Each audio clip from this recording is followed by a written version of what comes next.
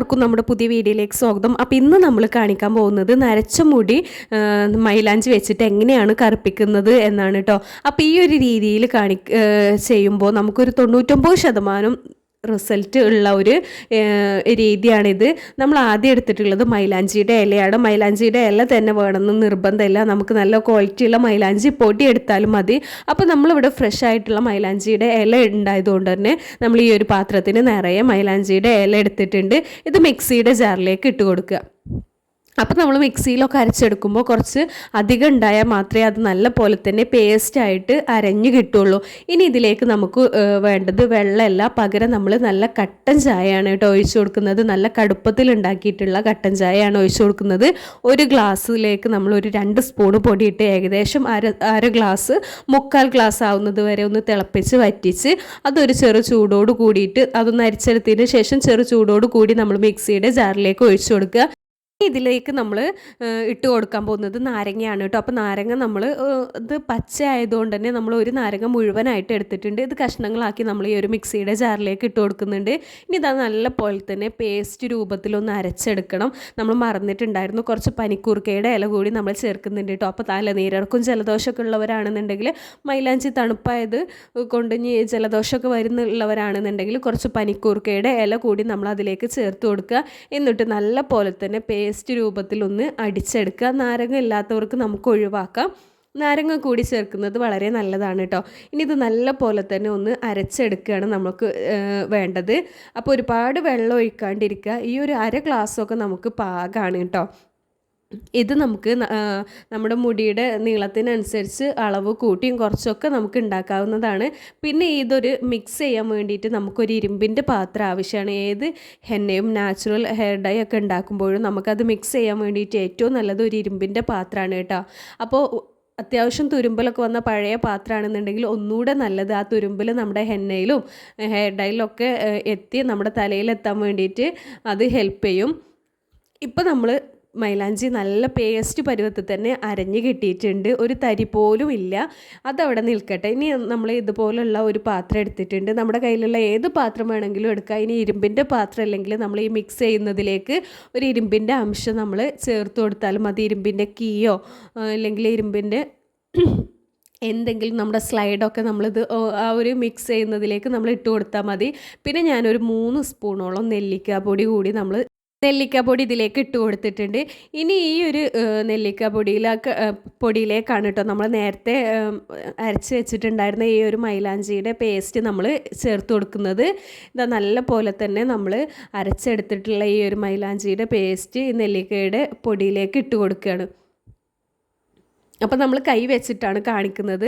അപ്പോൾ ഇത് നമ്മൾ നല്ല കളറുള്ള മൈലാഞ്ചിയുടെ ഇലയാണ് കേട്ടോ. അപ്പോൾ നമ്മൾ എപ്പോഴും കടയിൽ നിന്ന് വാങ്ങുമ്പോഴും നല്ല ക്വാളിറ്റി ഉള്ള മൈലാഞ്ചി പൊടി തന്നെ വാങ്ങാൻ വേണ്ടിയിട്ട് ശ്രമിക്കുക.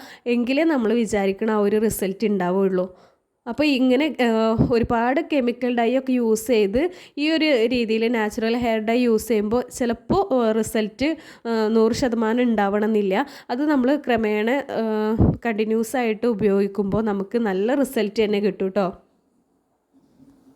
അപ്പോൾ ഇത് നരച്ച മുടി കറുപ്പാവാൻ വേണ്ടിയിട്ടും അതുപോലെ തന്നെ ഇനി നമ്മുടെ മുടി നരക്കാണ്ടിരിക്കാനും മുടി നല്ല പോലെ തന്നെ വളരാൻ വേണ്ടിയിട്ടൊക്കെ ഈ ഒരു പാക്ക് നല്ല പോലെ തന്നെ ഹെൽപ്പ് ചെയ്യും.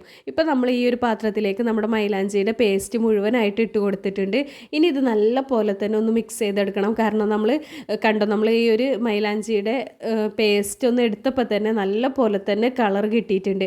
ഇനി ഇത് നല്ല പോലെ തന്നെ ഒന്ന് മിക്സ് ചെയ്തെടുക്കണം. കൈ വെച്ചിട്ട് ചെയ്യുന്നവർക്ക് അങ്ങനെ ചെയ്യാം. ഇനി കയ്യിലാവണ്ടെന്നില്ലാത്തവർക്കാണെന്നുണ്ടെങ്കിൽ നമ്മൾ ഗ്ലൗസൊക്കെ വെച്ചിട്ട് ചെയ്യാവുന്നതാണ് കേട്ടോ.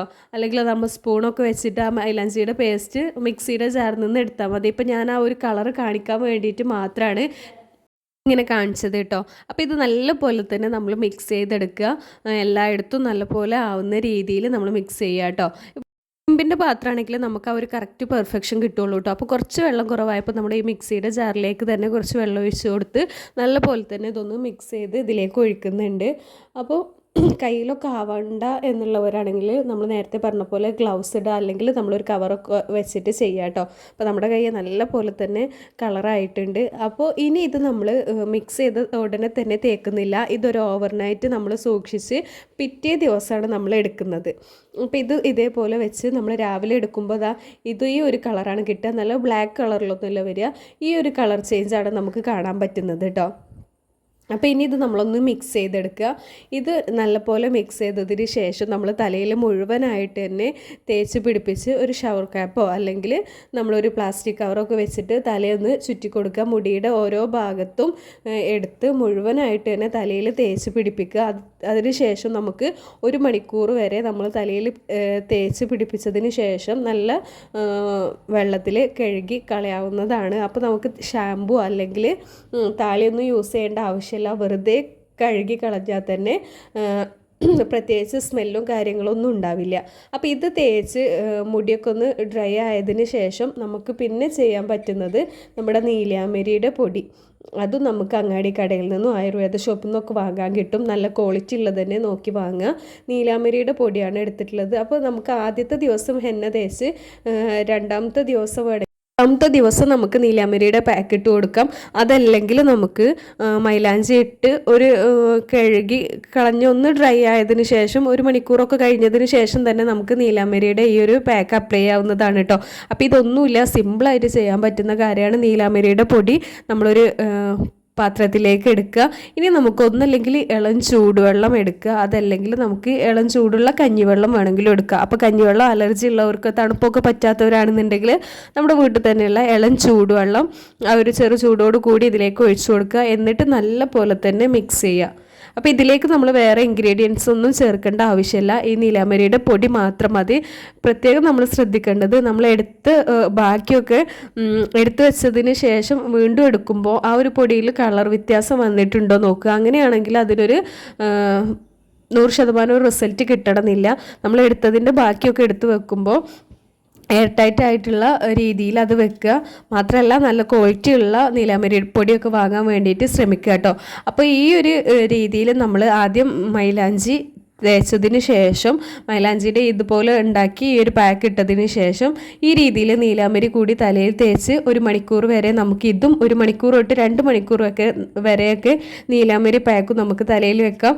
അതിന് ശേഷം ഇതും വെറും വെള്ളത്തിൽ നമുക്ക് കഴുകി കളഞ്ഞ് നമ്മൾ നോക്കുമ്പോൾ തന്നെ നമ്മുടെ നരച്ചിട്ടുള്ള ആ ഒരു മുടിയുടെ ഭാഗത്തൊക്കെ തന്നെ കറുപ്പ് കളറായിട്ടുണ്ടാകും.